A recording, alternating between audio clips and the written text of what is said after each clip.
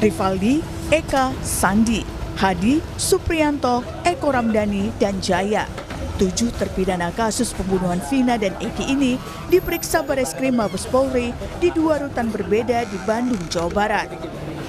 Pemeriksaan dilakukan untuk menindaklanjuti laporan dugaan keterangan palsu yang dilakukan Aep dan Dede yang merupakan saksi dalam kasus itu. Laporan kami ya terkait laporan kami terhadap saudara Aep dan Dede ya, itu yang kami tahu. Ya itu soal keterangan, memberikan keterangan palsu di bawah sumpah ya, keterangan tidak benar. Ini kan satu demi satu sudah kami sedang susun ya. Kami perkirakan paling lambat lah ya, paling lambat kalau misalnya minggu ini kami bisa kerja, kalau enggak paling lambat mungkin minggu depan kami sudah akan masuk ke PK. Selain pemeriksaan 7 terpidana, saksi dalam kasus pembunuhan itu juga diperiksa oleh tim sus yang dibentuk Kapolri. Tim sus sudah bekerja sekitar 1 bulan dan telah memeriksa 20 saksi, salah satunya adalah Liga Akbar. Sebelumnya Liga Akbar sudah menjadi saksi dalam sidang PK Saka Tatal. Dalam kesaksiannya, Liga mengaku memberikan keterangan palsu karena tekanan. Telah menentukan, sudah mendapatkan kronologis yang sebenarnya sebelum kejadian Eki dan Vina ditemukan tewas. Sebelumnya pada Juli lalu, Kapolri Jenderal Listio Sigit Prabowo sudah menyampaikan komitmen dalam pengungkapan kasus kematian Vina dan Eki. Kapolri bahkan menurunkan Irwasum dan Propam untuk melakukan pendalaman kasus ini. Pendalaman sedang kita lakukan, Propam kita turunkan, Irwasum kita turunkan untuk melakukan pendalaman terkait dengan peristiwa yang ada. Walaupun sudah terjadi 8 tahun yang lalu ya, 2016, namun tentunya kami memiliki kewajiban untuk melakukan pendalaman sehingga kemudian pada saatnya setelah semuanya lengkap kita akan sampaikan kepada masyarakat secara transparan tentang fakta-fakta yang kita temukan. Kasus kematian Vina dan Eki pada 2016 lalu masih menjadi tanda tanya. Belakangan muncul perdebatan kematian keduanya karena pembunuhan atau kecelakaan. Peggy Setiawan yang sempat dijadikan tersangka menang di pra-peradilan karena dinilai tidak terbukti melakukan kejahatan. Sementara 1 terpidana yang sudah bebas, Saka Tatal, kini sedang berjuang di pengadilan untuk peninjauan kembali sebagai upaya dibebaskan dari cap terpidana pembunuhan. Akankah turun tangan Mabes Polri mampu menguak fakta sebenarnya kasus pembunuhan ini? Tim Liputan, Kompas TV.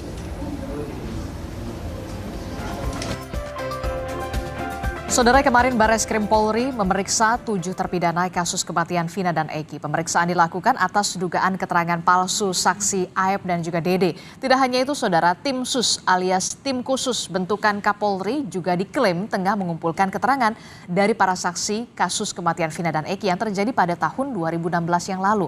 Akankah turun tangannya Bareskrim ini mampu menguak fakta sebenarnya dari kematian Vina dan juga Eki? Kita akan membahasnya di pagi hari ini bersama dengan sejumlah narasumber yang sudah hadir ke studio. Di antaranya pagi ini ada kuasa hukum dari Ibtu Rudiana, sudah ada Bung Mardiman Sani. Selamat pagi, assalamualaikum. Selamat pagi, waalaikumsalam. Ya, kemudian juga melalui sambungan Zoom ada kuasa hukum dari 7 terpidana kasus Vina, ada Bang Jutek Bongso. Selamat pagi, Bang Jutek.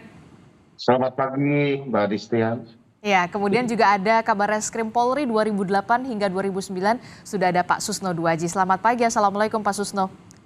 Selamat pagi, assalamualaikum Mbak Desti, para pemirsa sekalian. Iya, kita langsung ke Bang Jutek. Bang Jutek, ini kan kalau kita lihat ya, Bareskrim Polri akhirnya turun tangan untuk mengusut secara tuntas nantinya dari apa sebenarnya peristiwa yang menyebabkan kematian Vina dan juga Eki. Salah satunya adalah ini memeriksa ada 7 terpidana. Jadi semuanya ini 7 terpidana sudah diperiksa atau bertahap? Baik Mbak Distia, betul.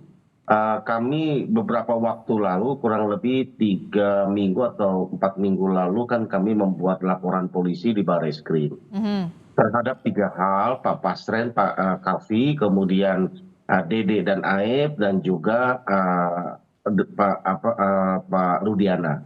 Terkait peristiwa itu, dua sudah naik kepada penyelidikan, yaitu kasusnya Dede dan Aib. Betul. Dan juga yang Pak Rudiana juga sudah gelar awal dan sudah mulai pemanggilan saksi. Yang terkait kemarin datang ke lapas itu adalah terkait laporan kami terhadap Dede dan Aib. Oke. Apakah kesaksian itu juga akan dipakai kepada laporan kami yang lain? Kami tidak paham, ya. Oleh karena materinya saya pikir hampir mirip, karena kami semua melaporkannya adalah tentang kesaksian palsu di bawah sumpah. Ya, itu yang pertama. Yang kedua, paling terhadap Pak Rudiana, kami ada tambahan tentang ada dugaan penganiayaan, penyiksaan ketika dilakukan pemeriksaan awal terhadap tanggal 27 Agustus 2016 lalu. Oke. Baru 5 orang kemarin diperiksa. Hari ini rencana 1. Apakah yang satu lagi Sudirman itu sudah diperiksa? Kami tidak monitor, oleh karena kami bukan PH-nya, bukan penasihat hukum dari Sudirman. Demikian Mbak Adistia. Oke, jadi kemarin ini sudah ada 5 terpidana yang diperiksa, kemudian hari ini 1, sementara yang 1 atas nama Sudirman ini belum termonitor ya. Nah, ini penyidik Bareskrim termasuk juga tim sus yang memeriksa atau memeriksa ke 5 terpidana kemarin, dan apa saja fokusnya pertanyaan terhadap para terpidana kemarin ini? Ya, saya pikir kan itulah tujuan awal kami untuk memberikan kesempatan kepada teman-teman penyidik mendukung statement dari Bapak Kapolri dan juga Bapak Kabak Reskrim untuk membuka secara jelas dan terang peristiwa ini dari awal. Ya, makanya kami memberikan ruang dengan melaporkan yang kami duga ada masalah dari awal. Sehingga penyelidikan ini dapat dilakukan dari titik nol. Sehingga peristiwa ini dapat dihadirkan secara terang benderang. Sebagaimana kita tahu, peristiwa ini kan akibat dari cerita keterangan dari Aib dan Dede di tanggal 31 Agustus 2016. Ya itu aja kita uji, apakah cerita itu dimulai dari sana, yang diawali dari kecelakaan atau pembunuhan, ataupun ada peristiwa tanggal 27 Agustus 2016, kan gitu. Oke, Bung Mar, bagaimana ini respon Anda soal kuasa hukum dari 7 terpidana ini juga melaporkan Ibtu Rudiana dan juga atas dugaan penganiayaan dan juga penyiksaan kepada 7 terpidana tersebut pada saat pemeriksaan. Bagaimana? Apakah sudah diperiksa ke Bareskrim Mabes Polri? Yang pertama kita hargai itu hak masing-masing, ya. Tapi sekali lagi di kesempatan ini saya selalu menegaskan semua tuduhan terhadap Pak Rudiana itu secara tegas dan jelas kita menolaknya. Sebagai kuasa hukum, tentunya pendampingan kami tidak hanya melulu pada persoalan hukum, secara psikologis, kemudian juga hal-hal yang kira-kira bisa menguatkan Pak Rudiana secara psikis itu pun kita lakukan. Nah, perlu saya jelaskan di sini bahwa beberapa kali saya ketemu Pak Rudiana, beliau ini orang yang, ya bukan karena saya lawyernya ya, tapi karena saya memang pertama kali ketemu beliau itu, saya juga berpikir bahwa sama, kita semua kan lebih baik membebaskan 1000 orang bersalah daripada menghukum 1 orang tidak bersalah. Saya kira itu semua semangat kita. Tapi ketika saya bertemu dengan Pak Rudiana, saya melihat bahwa ada originalitas dari beliau. Tidak ada yang ditutup-tutupi dalam persoalan ini. Nah, kalaupun ternyata sekarang Kapolri bikin tim sus, kemudian ada pemeriksaan, ya itu saya kira hal yang normal saja. 1-2 hari yang lalu, saya biasa kontak dengan Pak Rudiana, ya kami lawyer tidak diberikan tembusan, karena memang kan ini bukan panggilan dalam rangka pemeriksaan, sebagai dalam pelaporan. Yang saya tahu ya, yang saya tahu Pak Rudiana ke ke Bareskrim atau ke Mabes itu dalam rangka silaturahmi atau mungkin ada pemeriksaan internal. Pemeriksaan internal, ya, berarti tidak didampingi oleh kuasa hukumnya? Tidak didampingi oleh kuasa hukum. Bahkan di samping saya mengetahui langsung dari Pak Rudiana bahwa dia ke Mabes, saya juga tahunya justru dari media. Oh, bukan dari klien Anda sendiri? Tidak, dari klien saya iya, tapi itu secara lisan. Oke, by phone? By phone, dia bilang, Bang izin saya sekarang lagi di Bareskrim bersama dengan teman-teman penyidik di tahun 2016. Oke. Mereka dipanggil semua untuk Pemeriksaan. Ya, saya tidak bilang itu pemeriksaan ya, cuma dia bilang kami lagi di Bareskrim, mohon doanya. Yang jelas saya akan menceritakan seterang-terangnya tanpa ada saya tutupi sedikit pun terhadap persoalan ini. Itu kata beliau. Oke, jadi memang Ibtu Rudiana diperiksa begitu ya, pemeriksaan internal, termasuk juga penyidik pada saat kasus itu berlangsung ya? Ya, yang saya dapat informasinya begitu. Oke, dan itu memang dari Ibtu Rudiana ya? Ya, yang saya dapat informasinya begitu, cuman materi pemeriksaannya apa, apakah diperiksa atau hanya diajak ngobrol atau gimana, saya tidak sampai ke sana. Yang jelas sudah 3 malam berturut-turut beliau itu ada di Bareskrim. 3 malam? Ya, 3 malam. Dari tanggal? Dari hari, ini hari apa ya, Selasa, dari hari Minggu, Sabtu malam Minggu ya, kalau saya nggak salah. Ya, sekitar itulah. Akhir pekan kemarin berarti ya? Ya. Akhir pekan kemarin, terakhir by phone? Ya, jadi beliau bilang ke saya, Mas Mardiman mohon izin saya masuk Jakarta, kira-kira dia bilang begitu. Saya ada pemanggilan atau saya ada, nah dan itu relevan dengan berita yang ada di media bahwa polisi Kapolri membentuk tim sus. Nah materinya saya nggak tahu. Oke, tapi masih keyakinannya sama kalau memang anak dari Ibtu Rudiana, klien Anda, memang meninggal akibat dugaan pembunuhan. 1000%. Kalau keyakinan. Ini pembunuhan, ini kriminal. Dan itu disampaikan juga pada saat kemarin pemeriksaan di Mabes Polri. Saya tidak tahu materinya. Jadi saya tidak tahu materinya, Pak Rudiana ditanya apa, Pak Rudiana diperiksa soal apa, saya tidak tahu materinya. Yang jelas sebagai polisi ya tentunya dipanggil oleh atasan ya wajib datang gitu ya. Saya kira itu aja sih substansinya. Tapi sekarang memang sudah masuk ke ranahnya Bareskrim, termasuk juga tim sus juga sudah dibentuk oleh Kapolri. Respon Anda? Bagus sekali supaya kita membuat persoalan ini terang benderang. Ya kan? Jadi saya bilang sama Pak Rudiana, Kang Rudi jangan takut sedikit pun. Ya, karena kalau bersih kenapa takut? Kalau takut ya berarti tidak bersih. Nah, sehingga saya bilang sama beliau ya, Anda yang melakukan ini, kemudian Anda yang menjalani ini di tahun 2016, pertanggungjawabkanlah apa yang Anda lakukan. Selama itu sesuai dengan aturan yang berlaku, kenapa harus takut? Oke, saya ke Pak Susno. Pak Susno, ini sudah ditangani oleh Bareskrim Mabes Polri dan juga termasuk Kapolri ini sudah membentuk tim sus. Apakah ini memang bisa dikatakan sudah memang betul itikat baik dari Kapolri dan juga Polri untuk benar-benar mengusut kasus ini secara tuntas dan juga terang benderang? Apakah nanti akan mudah? Pertama, kita memberikan respon penghargaan yang setinggi-tingginya kepada Bapak Kapolri, kepada institusi Polri yang telah membentuk tim sus yang akan memeriksa atau mengeksaminasi daripada peristiwa penyidikan tahun 2016 sampai dengan sekarang. Itu kita acungi jempol. Itu yang diharapkan oleh seluruh rakyat Indonesia dan itulah yang akan membuat terang perkara ini dan itulah yang akan mengangkat derajat dan martabat Polri dan kepercayaan rakyat pada Polri. Jadi saya yakin tidak ada yang ditutupi, semua terbuka. Kalau bersalah di internal dikatakan bersalah, kalau benar ya katakan benar dengan segala buktinya.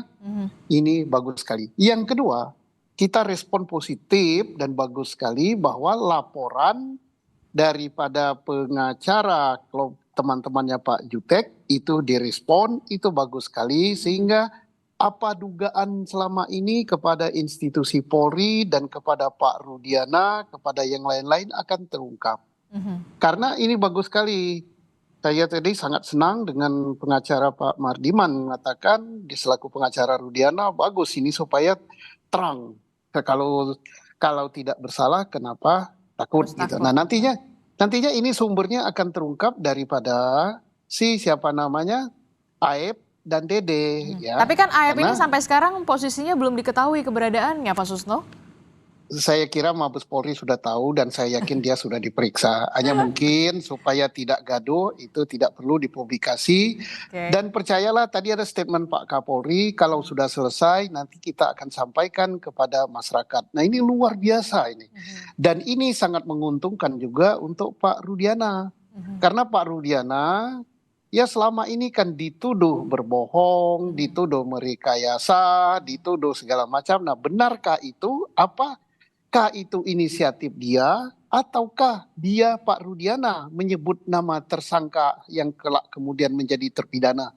Itu dari mulutnya sendiri, dari inisiatifnya sendiri, atau dari orang lain? Ini akan jelas semua itu. Nah, dengan demikian kita sangat berterima kasih.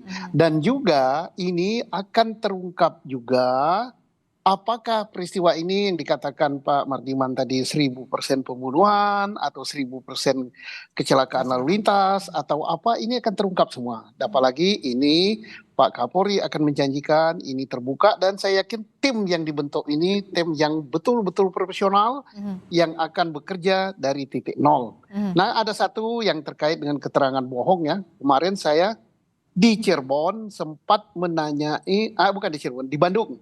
Waktu acara di Maranatha, saya bertanya kepada siapa Dede, apakah kamu memberikan keterangan seperti A, B, C, D, E, F di pengadilan Cirebon? Dia katakan dia tidak datang ke pengadilan. Kemudian, apakah kamu disumpah dalam keteranganmu itu? Dia katakan tidak disumpah. Berarti Dede tidak perlu takut karena keterangan dia tidak dibawa sumpah dan tidak di depan pengadilan. Demikian, terima kasih. Oke, kita patut mengapresiasi betul langkah serius yang dilakukan Polri dengan mengambil alih kasus dari dugaan pembunuhan terhadap Vina dan Eki ini, Barreskrim Polri dan juga termasuk dari tim sus. Nah, dari pengalaman Anda, ini kan juga tadi disebutkan oleh Bung Mar, tidak hanya kliennya yakni Ibtu Rudiana yang kemudian juga dalam tanda petik diperiksa begitu ya dari Barreskrim, dari Mabes Polri, tapi juga tim penyidik yang pada saat itu melakukan penyidikan 2016 yang lalu. Dari pengalaman Anda bagaimana ini? Ya, memang satu dilaporkan tentang masalah kriminal, laporan palsu, penganiayaan. Yaitu dilaporkan oleh pengacara ya, pengacara Pak Jutek CS. Kemudian satu lagi, Polri bukan karena laporan tapi karena inisiatif Polri, dia mengeksaminasi khusus, dia bukan masalah pidananya tapi masalah bagaimana proses itu berjalan. Di 2016 sampai dengan 2024 ini, apakah proses yang dilakukan oleh penyidik itu sudah benar sesuai SOP, apakah ada kekerasan dan lain sebagainya di situ. Ini nanti mengarah kalau seandainya ada kesalahan-kesalahan prosedural, kesalahan-kesalahan lain yang dianggap tidak profesional, ini arahnya kepada kode etik profesi Polri. Tetapi kalau yang dilakukan oleh Barreskrim itu arahnya kepada kriminal, yaitu laporan keterangan palsu, termasuk juga kalau ada penganiayaan itu ada pasal sendiri. Tetapi memang dalam pemeriksaannya tidak bisa dipisahkan satu sama lain. Mungkin saksi yang untuk kasus kode etik ini akan digunakan juga saksi untuk masalah laporan dari Pak Jutek CS. Demikian sebaliknya. Jadi artinya sejajar. Pemeriksaan yang dilakukan untuk examination jalannya pemeriksaan dan penyelidikan 2016 sampai dengan sekarang, dan pemeriksaan kriminal atau laporan polisi terkait dengan keterangan palsu dan penganiayaan itu hampir sama. Hanya tersangkanya, bukan tersangka, atau siapa yang akan dijadikan terlapor ini berbeda. Oke, baik. Ini perlu diapresiasi langkah dari Kapolri dan juga Polri khususnya untuk benar-benar membuat secara terang benderang agar juga tidak gaduh ya Pak Susno ya di publik ya, karena ini sudah terlalu lama sekali memang kasusnya ya, dan baru mencuat lagi. Oke, saya ke Bung Jutek. Bung Jutek, jadi sebenarnya kalau dari kuasa hukum Anda begitu ya, untuk klien Anda begitu 7 terpidana ini, berarti ada 2 laporan ya? Ada 3. Ada 3 laporan, apa saja itu? Pak Pasren dengan Kavi, kemudian Dede dan Aib, dan Pak Rudiana. Yang pertama apa, Pak Jutek? Pak Pasren dan Kavi, Pak RT dan anaknya. Okay. Yang alibi teman-teman saat itu kan mereka menginap di rumahnya Pak RT, lalu dibantah oleh Pak RT dan Kavi. Padahal Kavi itu menemani para terpidana ini sampai pagi. Itu kita uji siapa yang benar, gitu loh. Ya kan? Nah, kalau mereka ada di rumah Pak RT, artinya mereka nggak mungkin lakukan pembunuhan itu, Mbak Adistia. Kemudian, kenapa Dede dan Aib? Dede dan Aib ini kan sumber masalah informasi yang menurut Pak Rudiana dia dapatkan dari mereka cerita ini, sehingga timbullah proses penyelidikan dan sebagainya. Pak Rudiana sendiri kita persoalkan oleh karena membuat laporan dan melakukan penyelidikan sendiri tidak sesuai dengan apa yang diatur dalam KUHP, dan diduga ada dugaan penganiayaan dan intimidasi, sehingga timbullah keterangan yang kita duga dalam keadaan terpaksa. Dan hal-hal ini yang kita uji dan memberikan kesempatan seluas-luasnya kepada teman-teman penyidik Mabes Polri untuk mengungkap peristiwa ini apa benar apa tidak. Kalau ini semua yang kami laporkan ini terbukti, artinya peristiwa itu tidak mungkin terjadi dan dilakukan oleh klien kami, gitu Mbak Adistia. Oke, pada saat pemeriksaan kemarin terhadap klien Anda 5 terpidana, ini berarti didampingi oleh kuasa hukum Bang Jutek salah satunya, atau memang? Oh iya. Saya dari pagi ada di sana di lapas, makanya ada wawancara saya tadi kan ditampilkan. Saya dari pagi saya dampingi mereka, baru teman-teman karena ini ada 5 yang kemarin diperiksa, para terpidana, tim kami mendampingi masing-masing untuk memastikan untuk kenapa ini perlu, ini perintah dalam KUHP bahwa mereka wajib didampingi supaya untuk menyaksikan teman-teman ini tidak seperti tahun 2016 yang lalu tidak didampingi PH, penasihat hukum, bahwa sekarang ini didampingi untuk memastikan mereka itu menceritakan dengan bebas, tanpa tekanan, tanpa ada intimidasi. Yang mereka ceritakan itu yang mereka alami, mereka dengar, mereka lihat. Nah, itu intinya ketika didampingi oleh PH. Karena PH, penasihat hukum ketika mendampingi pemeriksaan, itu bersifat pasif. Hanya mengamati, melihat, mendengar, tidak berkomentar. Dan ketika ada hal-hal yang tidak dia paham oleh klien kami, baru kami sebagai penasihat hukum akan memberikan, ini loh peristiwanya, kamu yakin? Kan kami ini kan sudah tahu kronologisnya. Ketika dia mungkin karena keterbatasan bahasa hukum, pendengaran hukum dan lainnya, dan tidak paham, tugas kami lah mengingatkan, ini loh maksud pertanyaannya, ini nggak nyambung nih yang kamu tanya, yang kamu jawab dengan apa yang ditanya. Kami hanya mengingatkan, kalau dia tetap pada apa yang dijawab itu hak dia, kan gitu. Kami hanya mengoreksi, mengingatkan ini salah. Contohnya misalnya, jadi keberadaan kami itu pasif di sana, jadi tidak mungkin akan mempengaruhi penyelidikan yang sedang akan dilakukan, karena hanya kami mengamati, mendengar, menyaksikan, melihat bahwa klien kami dengan bebas. Kami apresiasi tanpa adanya tekanan ya. Mabes Polri. Kami apresiasi kepada tim Mabes Polri yang kali ini menurunkan tim yang bekerja sangat profesional. Saya sendiri sudah 2 kali diperiksa di Mabes Polri dan sangat profesional. Kami percaya ya mudah-mudahan kasus ini akan cepat terungkap dengan sebenarnya, dengan jalan cerita yang sebenarnya, sehingga masyarakat tidak dibingungkan apakah ini kecelakaan, apakah ini pembunuhan, apakah mereka pelakunya atau ada orang lain pelakunya. Dengan demikian bisa terbuka. Demikian Mbak Adistia. Ada berapa pertanyaan Pak yang masih Bapak ingat ketika kemarin penyidik Barreskrim dan juga tim sus ini menanyakan kepada klien Anda? Kira-kira seputar saya tidak monitor ya berapa banyak pertanyaan, yang jelas pasti standar lah, mulai dari peristiwa kronologis, dari ya pemeriksaan standar lah, dari data pribadi sampai kepada pertanyaan peristiwa itu. Ya saya nggak tahu berapa pertanyaannya, dan itu kami juga tidak boleh sampaikan hasil pemeriksaan itu. Ya yang jelas kehadiran kami itu sekali lagi hanya memastikan mereka memberikan keterangan tidak seperti tahun 2016 yang tidak didampingi PH, yang konon dalam dugaan ada intimidasi, tekanan, sehingga apalagi kami dengar informasi jawaban dan pertanyaannya ada di papan tulis, dan sehingga diarahkan apa yang harus dijawab. Dan itu kemarin juga diceritakan oleh klien Anda pada saat? Oh iya, diceritakan. Mungkin ada rekaman pemeriksaan tahun 2016. Kalau ditulis jawabannya dari papan tulis, kan tetap aja akan terlihat bahwa itu seolah-olah jawaban dia. Dan inilah yang kami persoalkan. Ya kan, ya tolong kita lihatlah bahwa peristiwa ini harus terungkap dengan sebenar-benarnya, sehingga tidak ada kecurigaan itu. Kan kami juga tidak hadir saat itu, kami juga bukan menjadi penasihat hukumnya saat itu. Tetapi Ya, tugas kami sekarang ini adalah menjadi juru bicara mereka. Kami mendengar dari mereka, kami sampaikan, kami luruskan. Demikian Mbak Adistia. Oke. Terakhir, apa yang ingin Anda sampaikan untuk penyelidikan untuk mengungkap secara terang benderang kasus ini? Ya, saya berharap sekali lagi dengan komitmen Bapak Kapolri, Bapak Kabar Reskrim, kami sudah rasakan. Ya, kami rasakan penyelidikannya sekarang ini yang sampaikan oleh Abang Dasusno Duarji tadi, betul bahwa penyelidikan ini timnya sangat profesional. Ya, kami ditangani dengan baik. Kami melihat bahwa saksi-saksi yang kami hadirkan di Barreskrim diperiksa dengan profesional.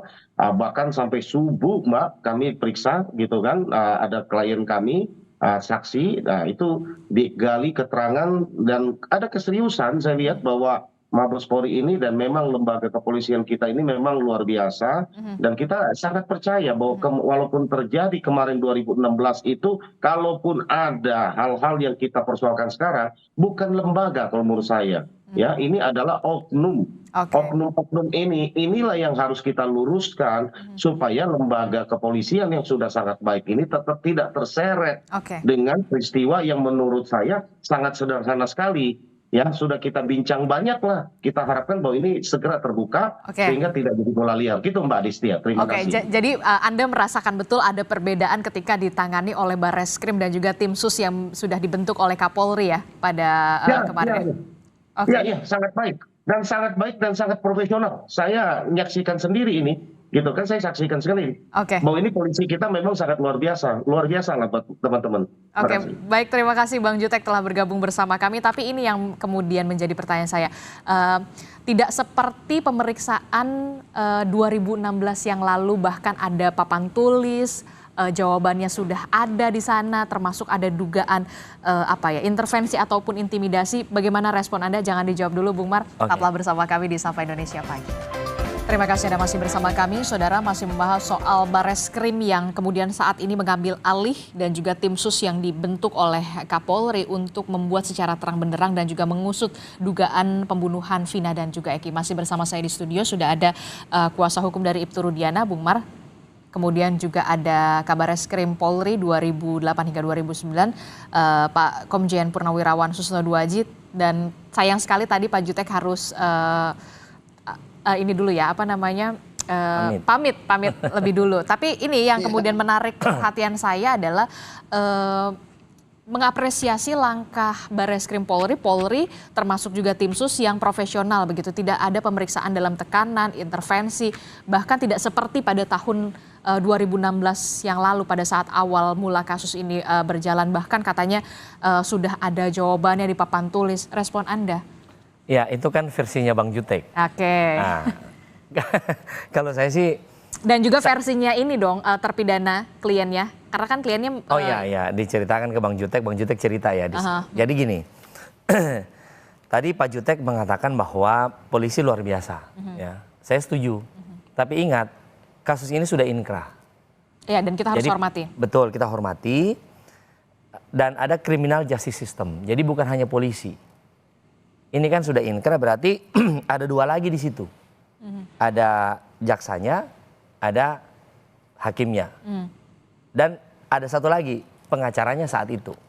Berarti Anda mengakui memang ada criminal justice system di sana, sampai dari Polri kemudian ada peradilannya? Maksud saya kalau ternyata ini dikatakan sebagai putusan yang sesat, kalau berbalik ini misalnya ya, bahwa ini bukan pembunuhan, walaupun keyakinan saya sampai detik ini dan saya selalu yakin bahwa ini pembunuhan. Tapi ada caturwangsa kan, penegak hukum ini kan ada 4. Polisi, jaksa, hakim dan pengacara. Caturwangsa, 4 keluarga penegak hukum. Nah, 4 keluarga penegak hukum ini semua terlibat. Nah, menarik tadi Bang Jutek bilang bahwa tahun 2016 mereka tidak didampingi pengacara. Saya pikir ini sesuatu yang serius. Ancaman mereka ini nggak main-main loh. Pembunuhan berencana, ya, penganiayaan berat itu wajib didampingi, ancaman pidananya di atas 5 tahun. Nah, yang menjadi pertanyaan besar juga untuk kita yang pengacara, pada saat itu pengacaranya kemana? Dia ngapain aja? Iya kan? Kok bisa-bisanya nggak didampingi pengacara? Tapi kan kita kan cuma menduga-duga. Makanya tim penyidik 2016 yang lalu ini kan juga dipanggil ke Barreskrim Polri. Ya. Sama dengan klien Anda, Ibtu Rudiana. Soal materinya kita tidak tahu apa. Oke. Apakah tadi kan apakah diperiksa soal etik atau diperiksa soal kasusnya. Oke. Tapi yang menarik adalah termasuk Kompas TV tahun 2016, jejak digital itu tidak bisa bohong. Kompas TV pun memframing ini adalah akibat dari perang antar dua geng motor, Moonraker dan Ekstasi. Ingat, dalam pemeriksaan Sudirman, dalam putusan tanggal 17 Agustus, itu memang mereka menarget si almarhum Eki. Bukan memframing Bung Mar, tapi memang informasi yang didapatkan dari jurnalis Kompas TV di sana itu pada memang pada saat itu memang itu. Dan bukan hanya Kompas. Oke. Semua media tahun 2016. Bukan memframing ya, karena memang informasinya seperti itu. Betul, iya sorry, bukan memframing, tapi terframing waktu itu, maksudnya kondisinya seperti itu. Nah, kemudian juga dua Kapolres pada saat itu kan juga orang hebat. Sama-sama sudah bintang 1 juga sekarang, Pak Indra Jafar sama Pak Adi Vivit. Saya tidak yakin ya seorang Aibtu Rudiana yang cuma pangkatnya Aibtu itu dua kelelawar loh Mbak, bukan perwira atau bintara. Ada teman-teman saya polisi suka bercanda, Aibtu itu singkatan dari aku ini polisi tua. Saking tidak naik-naik pangkatnya. Maksudnya jadi maksud Anda tidak ada power di situ, tidak ada. Menurut saya begitu. Kita bandingkanlah sedikit dengan kasusnya Pak Ferdi Sambo, seorang bintang 2 yang, ya kan? Beda kasus memang. Tapi kalau kita bicara soal skenario, misalnya ini Pak Rudiana mau menskenario kan, mau mengarahkan, mau mengkriminalisasi, katakanlah begitu ya. Menurut saya sangat sangat tidak masuk akal, sangat di luar nalar ya. Sampai kemudian bisa mengatur polisi, bisa mengatur jaksa, bisa mengatur putusan. Luar biasa sih menurut saya kalau itu sampai terjadi. Tapi saya tetap tidak yakin bahwa itu dilakukan oleh Pak Rudiana. Pak Susno, respon Anda bagaimana kalau menurut dari kuasa hukum dari Pak Ibtu Rudiana mengatakan sekelas jabatan Ibtu begitu ya? Aibtu saat itu. Aibtu pada saat itu begitu ya? Tidak punya power lah ibaratnya, tidak punya kekuatan lah untuk mengintervensi sampai proses pengadilan dan juga putusan. Pak Susno. Bagus sekali. Sebelum jawab pertanyaan itu, saya respect sama advokat Bang Mardiman ya, bahwa betul sekali sistem atau criminal justice system kita harus berbenah diri, harus diperbaiki. Seandainya beliau katakan tadi benar apa yang divonis yang telah mempunyai kekuatan hukum tetap itu dihasilkan oleh peradilan sesat. Seandainya ya, kita tidak menuduh. Maka memang betul sudah waktunya kita untuk berbaik-baik diri. Semua lini, kepolisian, mulai dari penyidik, kemudian kejaksaan, kemudian pengadilan yang lebih parah sekali. Kenapa? Dia 3 tingkatan ya, pengadilan tingkat pertama, tingkat banding, tingkat kasasi. Mudah-mudahan di PK nanti ini akan baik. Baik, terkait dengan tidak mungkin Ibtu Rudiana membuat merekayasa perkara ini. Ditinjau dari segi pangkat memang tidak mungkin. Tetapi ada beberapa kemungkinan. Nanti akan terjawab oleh pemeriksaan yang dilakukan oleh Mabes Polri, baik oleh tim SUS maupun tim Barreskrim. Mengapa sampai keluar 11 nama, mengapa sampai Pak Rudiana membuat laporan polisi yang terinci dengan nama-nama itu. Apakah itu dia sendiri yang merekayasa atau dia justru Pak Rudiana yang terrekayasa. Itu akan terjawab. Jadi tapi kan begini ya Pak Susno, maaf saya potong. Motifnya apa begitu kalau misalkan Ibtu Rudiana ini harus dugaan merekayasa atau sampai ke peradilan dugaan adanya pembunuhan. Kan ini kan korbannya juga anaknya sendiri kalau kita lihat begitu kan.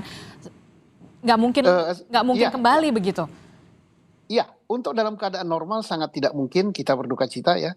Saya yakin bukan Pak Rudiana, tetapi Pak Rudiana justru ini korban terrekayasa. Ya, terrekayasa itu bisa jadi sumber utamanya, tapi saya tidak menduga ya, saya tidak peduli putusan pengadilan dan putusan penyidik ya. Siapa tahu Aep atau Dede ada dendam kepada orang lain, untuk membalas dendam dia jadikan orang itu tersangka. Ini jangan dianggap benar, ini praduga saja. Pak Rudiana yang waktu itu mungkin kondisi kejiwaannya sedang tergoncang, anak kesayangannya meninggal, langsung dia percaya saja kepada keterangan Aib.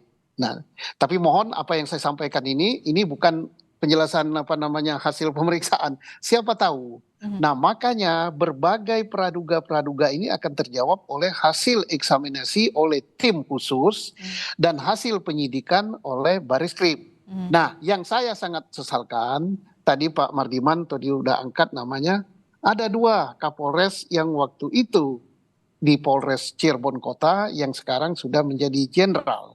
Nah, itu saya yakin diperiksa juga apakah Kapolres tidak menghandle perkara ini, tidak ada gelar, tidak ada apa. Dan harusnya Kok memang bisa diperiksa juga ya, tidak hanya penyidik. Padahal kasus itu viral loh waktu itu. Iya. Iya, viral. Dan mudah-mudahan Bareskrim ataupun tim sus, ya kalau tim sus ini untuk internal, sudah memeriksa 2 mantan Kapolres itu. Kalau betul dia lalai atau dia yang kurang mampu, tidak wajar dia menyandang pangkat jenderal, dan jangan sampai dia lolos nanti bisa-bisa jadi Kapolri, bahaya itu. Oke, baik. Berapa lama kemudian menurut Anda begitu ya, kalau memang sudah ada di tangan Bareskrim Polri, bahkan sudah ada tim sus yang benar-benar dibentuk secara khusus oleh Kapolri untuk bisa menyelesaikan kasus ini? Sebulankah ini sudah terlalu lama sebenarnya Pak Susno? Kita ini? Saya kira tidak terlalu lama, hanya kita hargai Polri karena kasus ini sudah nasional ya. Tentunya redaksi untuk mengumumkan kalimatnya pun harus dipilih gitu kan supaya enak. Saya yakin tidak terlalu lama dan ini akan mengangkat kepercayaan masyarakat pada Polri yang selama ini anjlok, tapi dengan apa yang dilakukan oleh Pak Kapolri ini kita salut ya. Walau kita juga tidak langsung seudon menuduh yang dulu itu salah, tidak, tapi kita hargai.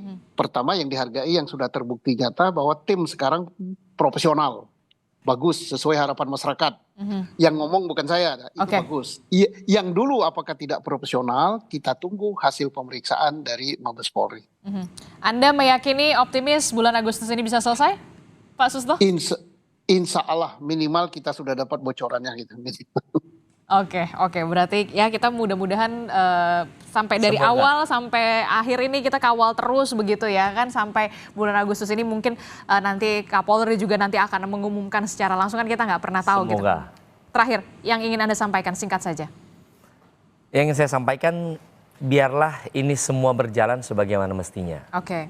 Yang sudah lurus tetap saja lurus, dan yang belum lurus kita luruskan bersama. Tidak ada tendensi apapun dari kami para pengacara ini, meskipun ada istilah pengacara maju tak gentar bela yang bayar gitu ya. Tapi sekali lagi ini semua kita hargai sebagai sebuah proses. Sebagai sebuah proses untuk pendewasaan hukum di negeri kita. Banyak kasus-kasus seperti ini, tapi kebetulan ini yang mencuat. Mudah-mudahan ini dijadikan sebagai tonggak untuk pemeriksaan. Terkhusus untuk klien saya Pak Rudiana, saya selalu mengatakan kepada dia, Kang, apapun yang terjadi di tahun 2016, hadapi, ya jalani dan katakan yang sebenarnya. Seperti tadi Pak Susno bilang, jangan-jangan beliau ini juga korban terrekayasa. Menarik tadi nih kata-kata beliau nih, ya. Beliau tidak bermaksud merekayasa, tapi akhirnya menjadi terrekayasa. Oke, ini kita luruskan sama-sama. Tapi saya hakul yakin sampai detik ini yang terjadi dengan putusan pengadilan yang sudah inkrah, itulah yang sebenarnya. Itu keyakinan saya. Terima kasih. Oke, kita akan kawal terus media, hampir seluruh media di Indonesia ini memang masih fokusnya, spotlightnya ini masih terus mengawal kasus dugaan pembunuhan Vina dan juga Eki ini memang harus diungkap secara terang benderang. Terima kasih Pak Susno telah bergabung bersama kami. Kemudian juga ada Bung Mardiman Sani. Terima kasih sudah bergabung. Terima kasih Pak Jenderal. Selamat pagi, Assalamualaikum Bapak-Bapak, sehat selalu. Waalaikumsalam.